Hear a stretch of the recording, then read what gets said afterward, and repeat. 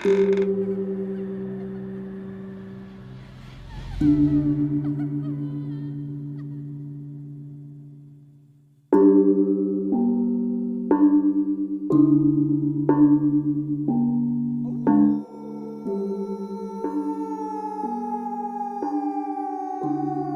Firman, lamunanku menatap taburan bintang dan besarnya purnama ambyar oleh suara wanita. Namanya Dini. "Kak, aku temenin boleh?" ujarnya. Aku pun bergeser dan menepuk-tepuk kursi kayu nan panjang ini. Wajahnya terlihat sedih, namun tetap manis. "Kenapa?" tanyaku. "Pada malam ini aku teringat peristiwa buruk yang menimpaku," ujar Dini. Kemudian setetes air mata mengalir di pipinya. "Coba ceritakan kepadaku, aku siap menjadi pendengar yang baik," ucapku. Dini tersenyum kemudian menatap langit dan mulai bercerita. "Jadi, waktu malam seperti ini, teleponnya berdering. Ternyata itu Alex, pacarnya. Dia memerintah Dini untuk datang di Gapura. Waktu itu pukul 10. Dini pun percaya dan pergi menggunakan jaket dan mengendarai motor.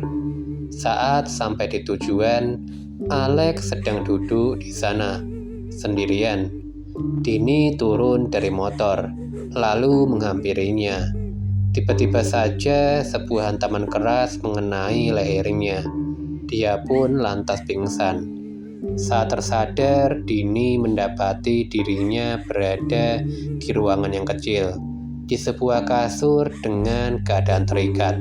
Saat dia memberontak, masuk Alex dan 4 orang laki-laki. Dini menangis terseduh-seduh, tak kuasa menahan kesedihannya untuk menyambung cerita lagi. "Jadi kamu korban pemerkosaan?" tanyaku pada Dini. Lalu Dini menganggukkan kepalanya. Kemudian aku lantas merangkulnya. Terasa dingin, tapi dia berhenti menangis. "Kak, apa boleh aku menetap di kamar mandi atau gudang?" tanya Dini.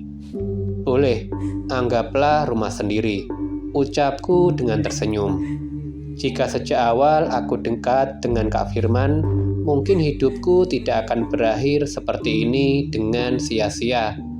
Aku merangkulnya, turut terlarut dalam kesedihan yang dia rasakan.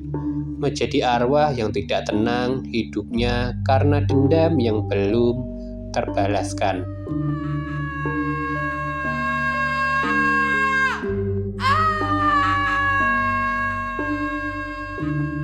Lanjut ke cerita selanjutnya.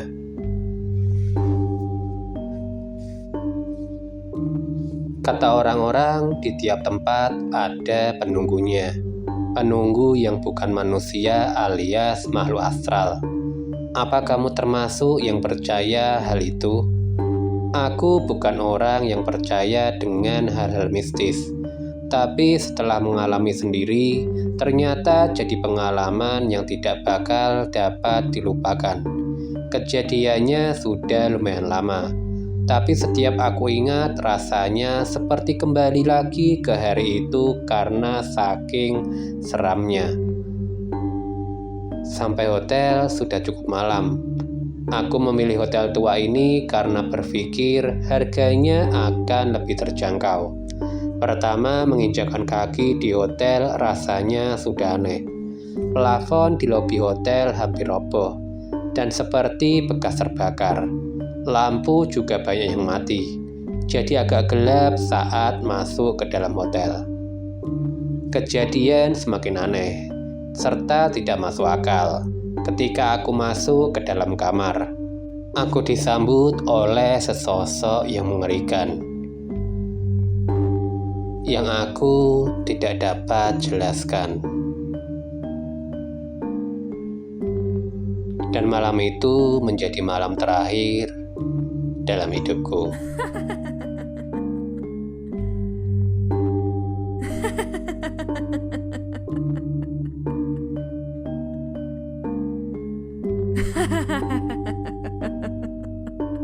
Lanjut ke cerita yang terakhir.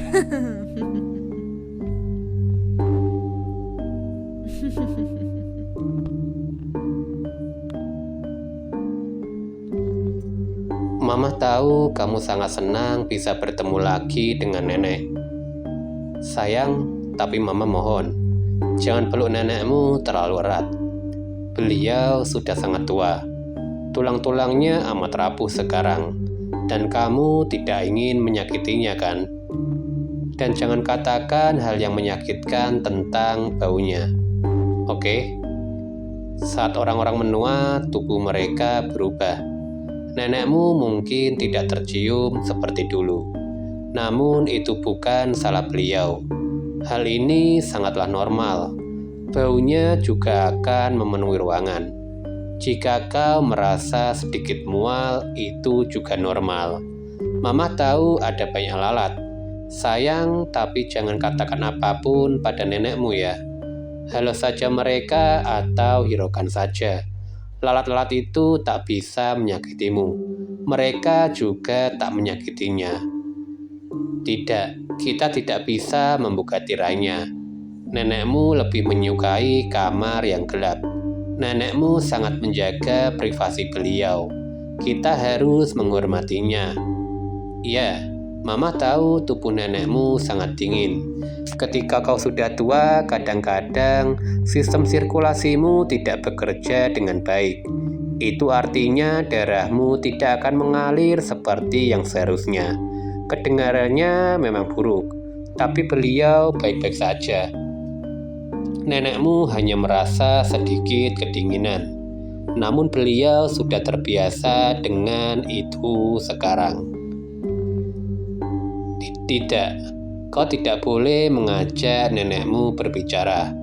Pendengaran nenekmu buruk dan tenggorokan beliau sangat kering. Jadi sangat sulit baginya untuk berbicara. Beritahu saja nenekmu bahwa kau mencintainya dan jangan diambil hati jika beliau tidak membalasnya. Tidak ada sesuatu yang merangkak keluar dari lubang hidung nenekmu sayang. Kondisinya gelap di sini. Kau pasti salah lihat. Tentu saja, kita bisa kembali dan mengunjungi beliau lagi kapan-kapan. Kita semua sayang dengan nenek. Kita ingin semua orang tahu bahwa kita menyayangi beliau dan betapa bahagianya kita bisa melihat beliau kembali. Kamu mengerti? Kamu harus mengatakan pada orang-orang bahwa kamu melihat nenekmu. Katakan juga pada mereka bahwa beliau baik-baik saja. Dia akan berumur panjang hingga bertahun-tahun ke depan. Sekarang jadilah anak yang manis dan ambil surat yang ada di kotak pos itu, yang amplopnya bertuliskan dana pensiun. Nenekmu ingin kita memilikinya. Ucapkan selamat tinggal pada nenekmu. Bilang bahwa kamu sayang pada beliau. Jangan khawatir, kita akan kembali lagi bulan depan.